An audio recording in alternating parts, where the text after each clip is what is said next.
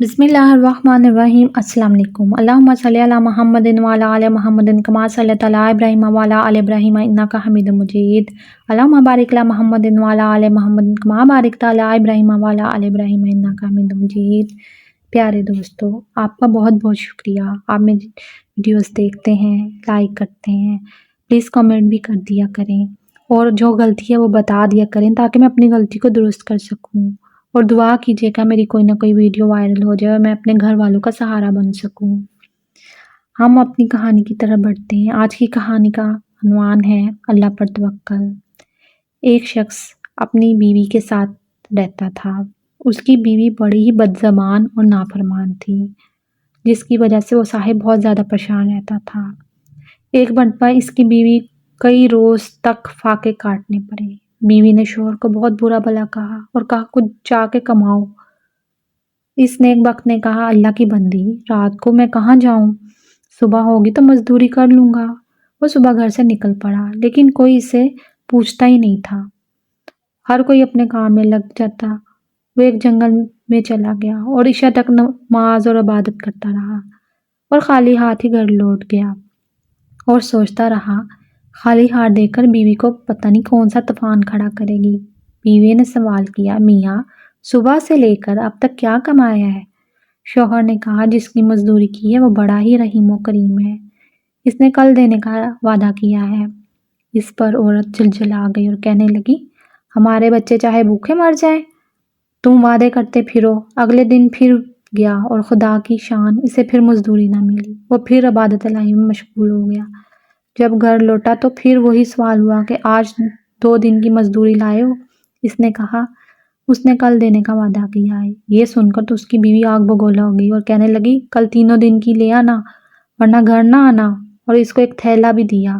پھر وہ عبادت الہی میں مصروف ہو گیا اور کسی معجزے کی تلاش میں تھا، کچھ نہ کچھ ملے۔ بیوی کے ڈر سے اس نے تھیلے میں ریڑھ ڈال لی، رات گزر جائے گی، لیکن جب گھر کے قریب آیا تو بیوی کا ڈر ہی اس کو غالب آنے لگا، اور وہ واپس مڑنے ہی لگا تھا کہ اچانک اسے ایسی خوشبو آئی کہ اس کا دل و دماغ معطر ہو گیا، اور اس کی عورت باہر آئی اور آتے ہی خوشی خوشی بولی اندر آؤ، تمہیں ایک بات بتاؤں۔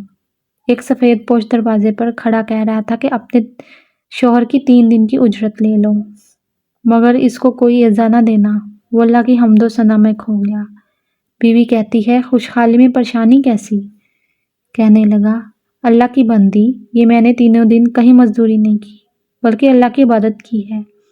تیرے ڈر سے تھیلی میں ریت ڈال رکھی ہے، لیکن اس رب نے میری لاج رکھی۔ اس شخص نے تمام عمر اللہ کا شکر گزاری میں گزار دیا۔ اللہ تعالیٰ پر توکل یعنی کہ بھروسہ کرنا۔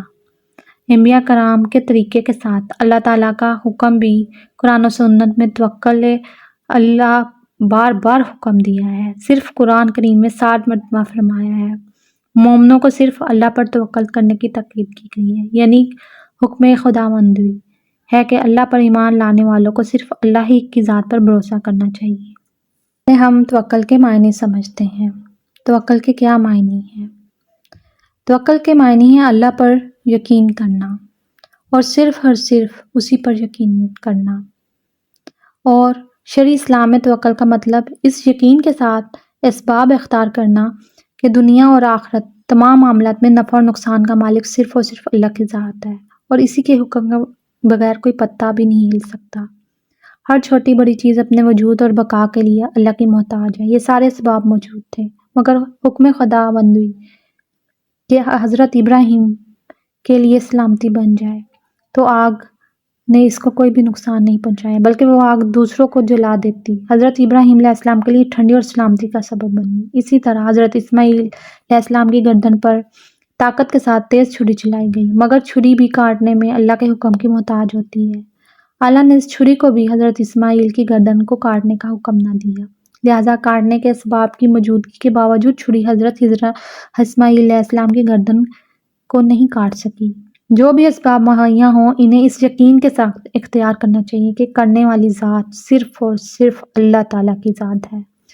حضرت ایوب علیہ السلام نے اپنی طویل بیماری کے بعد اللہ سے یابی کے لیے دعا فرمائی۔ تو اللہ تعالیٰ نے حضرت ایوب علیہ السلام کو حکم دیا کہ وہ اپنے پیر کو زمین پر مارے۔ کیا ایک شخص زمین پر پیر مارنے سے 200 سالوں کی بیماری شفا یابی کا علاج ہے؟ انہوں نے اللہ کے حکم سے یہ کمزور سبب اختیار کیا جس کے ذریعے اللہ تعالیٰ نے انہیں شفا عطا کی اور ایک چشمہ جاری ہو گیا جس سے غسل کرنے پر حضرت ایوب علیہ السلام کی 200 سال کی بیماری ختم ہو گئی۔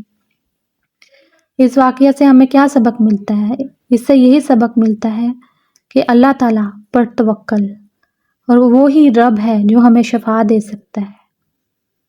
اور حضرت ایوب علیہ السلام کو حکم دیا تھا کہ وہ کچھ حرکت کریں، یعنی کم از کم اپنے پیر کو زمین پر ماریں۔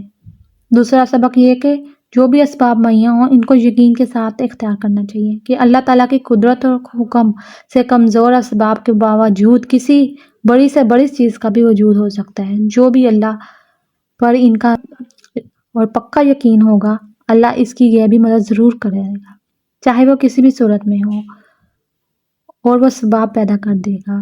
جب ہمیں کچھ نظر نہیں آ رہا تھا تو وہ ممکن کو غیر ممکن تو آپ کی نظر میں ہوتا ہے، اس کی نظر میں کچھ ناممکن نہیں ہے۔ اللہ تعالیٰ ہم سب کو مضبوط ایمان لانے والی توفیق عطا فرمائے، آمین۔ اگر آپ کو یہ کہانی اچھی لگی ہو پلیز میرے چینل کو سبسکرائب، لائک اور شیئر ضرور کیجیے گا۔ اپنا بہت سارا خیال رکھیے گا۔ اب مجھے اجازت دیجیے، اللہ حافظ۔